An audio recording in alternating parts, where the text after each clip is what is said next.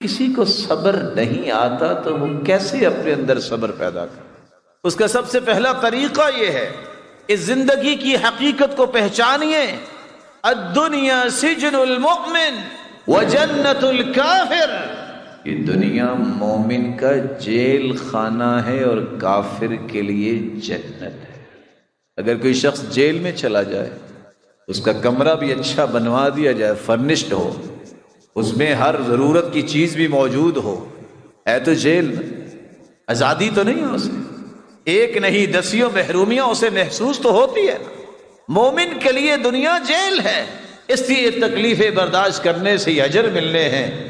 اللہ کے رسول کا فرمان ہے، قیامت کا دن ہوگا جب تکلیفوں کو برداشت کرنے کے اجر ملیں گے، اس وقت تمنا کرنے والا کرے گا لو ان اجسادہم قرضت بالمقارید، کاش دنیا میں کینچیوں کے ساتھ ہمارے جسموں کو کاٹ دیا جاتا، آج جتنا اجر ملا ہے یہ اس سے زیادہ مل جاتا۔ انبیاء پہ بھی مشکلات مصیبتیں آئیں لیکن انہوں نے برداشت کرنا سیکھا اور سکھایا۔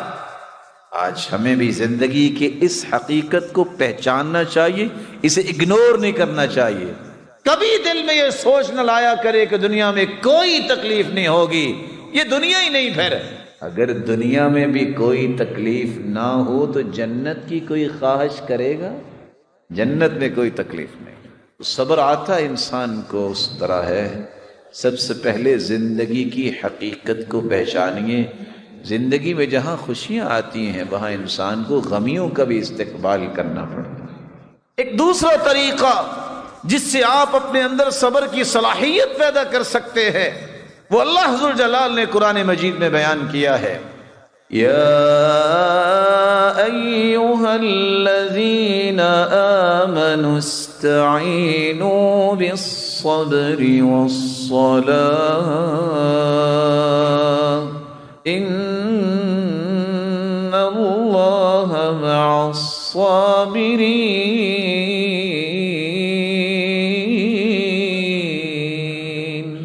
ایمان کا دعویٰ کرنے والوں، مدد طلب کرو۔ کس بات سے؟ بالصبر والصلاۃ، نماز تم پڑھو گے، فرائض کی پابندی کرو گے، نوافل پڑھو گے، سجدہ کرو گے، اللہ تمہارے اندر صلابت اور قوت پیدا کر دیں گے کہ تم صبر کرنے والوں بنو۔ اور آپ صلی اللہ علیہ وسلم کا طریقہ بھی یہ تھا، کان اذا حزبہ امر صلی، آپ کو جب بھی غم آتا، جب بھی پریشانی آتی تو آپ کیا کرتے؟ آپ اللہ کے سامنے سجدہ ریز ہو جاتے۔ عبداللہ ابن عباس رضی اللہ تعالی عنہ کو اطلاع ملی، جا رہے تھے، سواری پہ سوار تھے، اطلاع ملی کہ آپ کے بھائی اللہ کے پاس چلے گئے۔ سواری روکی، نماز شروع کر دی۔ ساتھی نے کہا یہ کیا؟ آپ جلدی پہنچیے۔ کہاں پہنچ کر کیا کروں گا؟ رب کی امانت رب کے پاس چلی گئی، میں تو صرف اس لیے نماز پڑھ رہا ہوں وہ طاقت تو مجھے مل جائے کہ میں اس صدمے کو برداشت کرنے کے قابل ہو جاؤں، کیونکہ اللہ کے قرآن نے یہ کہا ہے استعینوا بالصبر والصلاۃ۔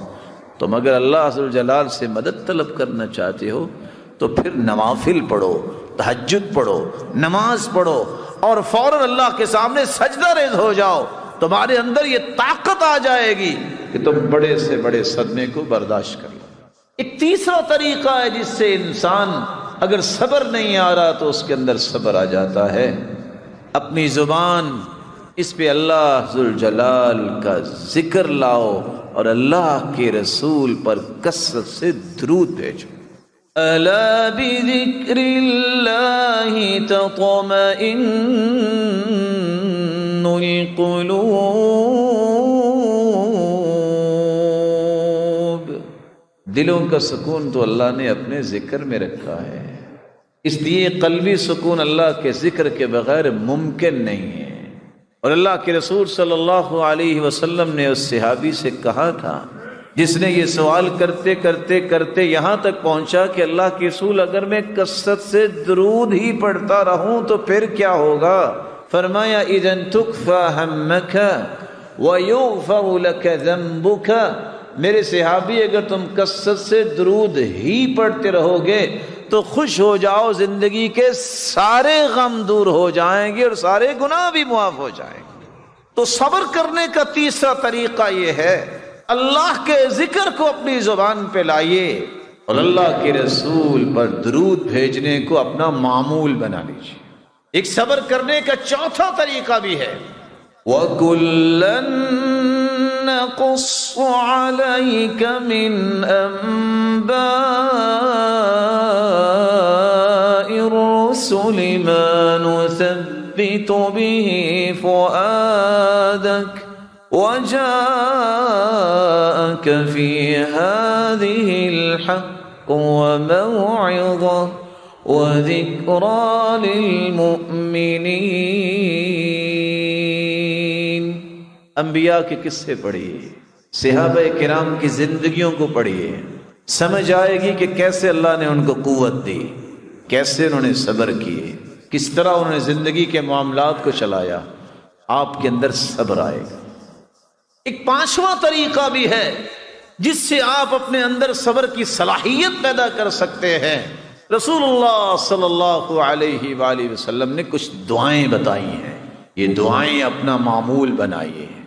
اذا اصاب احدا ہم او غم او سقم او شدہ، کسی کو غم آیا، فکر نے گھائل اور نڈھال کر دیا، بیماری نے لاچار کر دیا، سختیوں کی چکی میں پس گیا ہے، صرف اتنے الفاظ بول دے، اللہ ربی لا شریک لہ۔ اتنے الفاظ بولنے سے اللہ اتنا راضی ہوتے ہیں کہ غم بھی، ہم بھی، اور سختیاں بھی اور بیماریوں کو بھی اللہ دور کر دیتے ہیں۔ اللہ اللہ ربی لا اشرک بہ شیئا، یہ شخص جو پڑھ لیتا ہے اللہ ذوالجلال اس کے غموں کو اور پریشانیوں کو دور فرما دیتے۔ اللہ کے رسول کان اذا رعہ شیء، آپ کو بھی جب کوئی پریشانی ہوتی تو آپ یہ بھی پڑھتے، یا حی یا قیوم برحمتک استغیث، اللہ میں تیری رحمت کا ہی طلبگار ہوں، اللہم رحمتک ارجو فلا تکلنی الی نفسی طرفت عین واصلح لی شأنی کلہ لا الہ الا انت۔ یہ الفاظ پڑھنے والا کبھی کمزور دل نہیں ہو سکتا۔ التلبینہ مجمۃ لفؤاد المریض وتذهب ببعض الحزن، رسول اللہ صلی اللہ علیہ وسلم نے ایک چھٹا علاج بھی بیان کیا، تلبینہ کھاؤ، اس سے انسان کا غم بھی دور ہوتا ہے اور بیماری بھی، جو مریض ہے اس کی بیماری کو بھی لے جاتا ہے۔ ایک ساتواں اور آخری علاج رسول اللہ صلی اللہ علیہ وسلم نے فرمایا، اگر کسی کو صبر نہیں آ رہا تو وہ میری موت کو یاد کر لے کہ اللہ کے پیارے پیغمبر بھی تو دنیا سے چلے گئے، صحابہ پہ کیا گزری ہوگی۔ رسول اللہ صلی اللہ علیہ وسلم نے فرمایا، اللہ ذوالجلال اپنے فرشتوں سے پوچھتے ہیں، اقبضتم ولد عبدی ثمرۃ فؤادہ، جب تم نے روح کو قبض کیا میرے بندے جو دل کا ٹکڑا تھا کسی کا، یہ بتاؤ اس نے پھر کیا کہا؟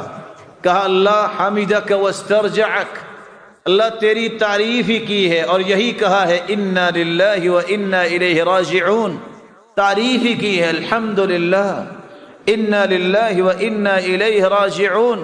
اللہ ذوالجلال فرماتے ہیں ابنوا لعبدی بیتا فی الجنہ وسموہ بیت الحمد، میرا آرڈر یہ ہے فرشتوں، اگر اس نے تعریف کی ہے انا للہ و انا الیہ راجعون پڑھا ہے جنت میں، کہ ایسا محل تیار کر دو ان کے لیے کہ قیامت کے دن جب جنتی جنت میں جائیں تو ہر دیکھنے والا اس محل کی تعریف ہی کرتا رہے۔ اللہ ذوالجلال سے دعا ہے، اللہ ذوالجلال ہم سب کو مصیبتوں سے بچائے اور صبر کی توفیق